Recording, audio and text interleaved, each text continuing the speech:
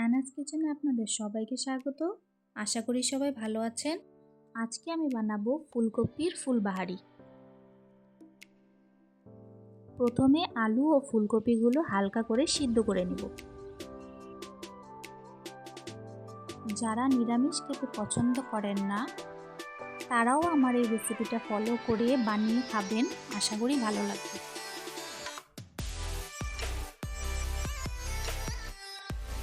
এরপর half cup Gobindobhog চাল ধুয়ে রাখবো।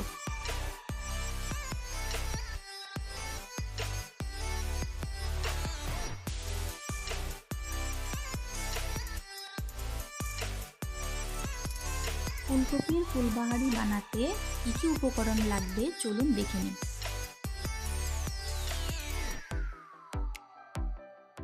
হাফ চামচ করে জিরে গুঁড়ো, হলুদ গুঁড়ো, ধনে গুঁড়ো ও লঙ্কা গুঁড়ো, একটি টমেটো, গোটা গরম মশলা, একটি তেজপাতা ও পাঁচফোড়ন। গোবিন্দভোগ চালের মধ্যে অল্প করে নুন, হলুদ ও লঙ্কা গুঁড়ো দিয়ে মাখিয়ে রাখবো।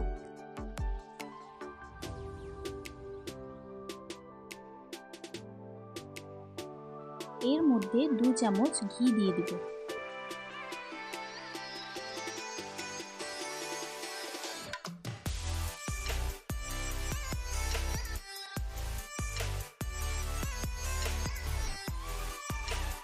এখন গুঁড়ো মশলাগুলো জলে গুলে রেখে দেব।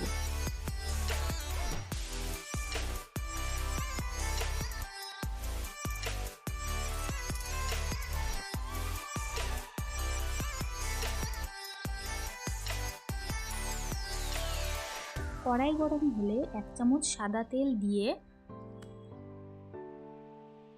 মেখে রাখা চালটা দিয়ে দিব।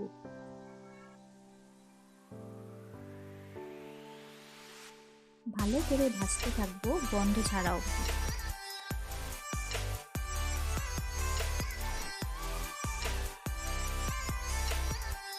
চালটা ভাজা হয়ে গেছে, এখন আমি একটা প্লেটে উঠিয়ে রাখবো। ওই কড়াইয়ের মধ্যে আমি এখন 2 টেবিল স্পুন সর্ষের তেল দিব।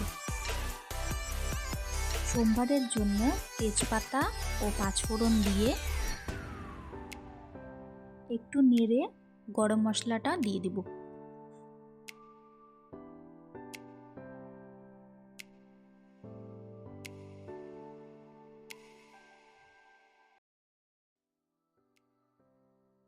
সোমবার থেকে গন্ধ বেরোলে আলু ও ফুলকপিগুলো দিয়ে দিব।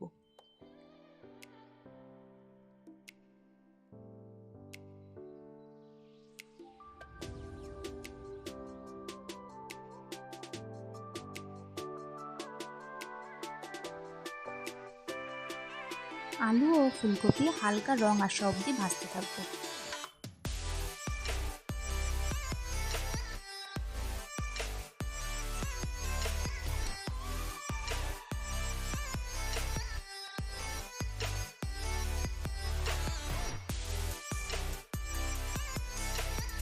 দেখুন হালকা করে ভাজা হয়ে গেছে, এখন আমি গুলে রাখা মশলাটা দিয়ে দিব।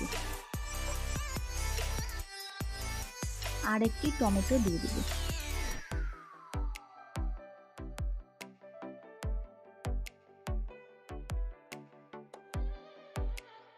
পরিমাণ মতো নুন ও 1 টিস্পুন চিনি দিয়ে দিব।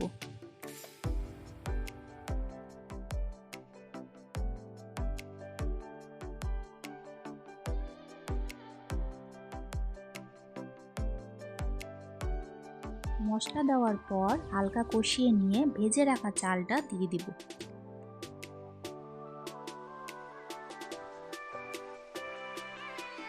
তিন কাপ পরিমাণ জল দিয়ে দিব।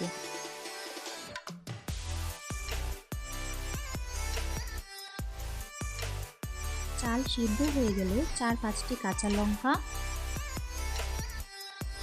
হাফ চামচ গরম মশলা গুঁড়ো ও 1 টেবিল স্পুন ঘি দিয়ে হালকা করে ফুটিয়ে নিলে তৈরি হয়ে গেল আমাদের আজকের রেসিপি গোবিন্দভোগ চাল দিয়ে ফুলকপির ফুলবাহারি। একবার অবশ্যই ট্রাই করে দেখবেন। আজকের রেসিপিটা যদি আপনাদের ভালো লাগে আমার চ্যানেলটিকে লাইক শেয়ার সাবস্ক্রাইব করে আমার পাশে থাকবেন।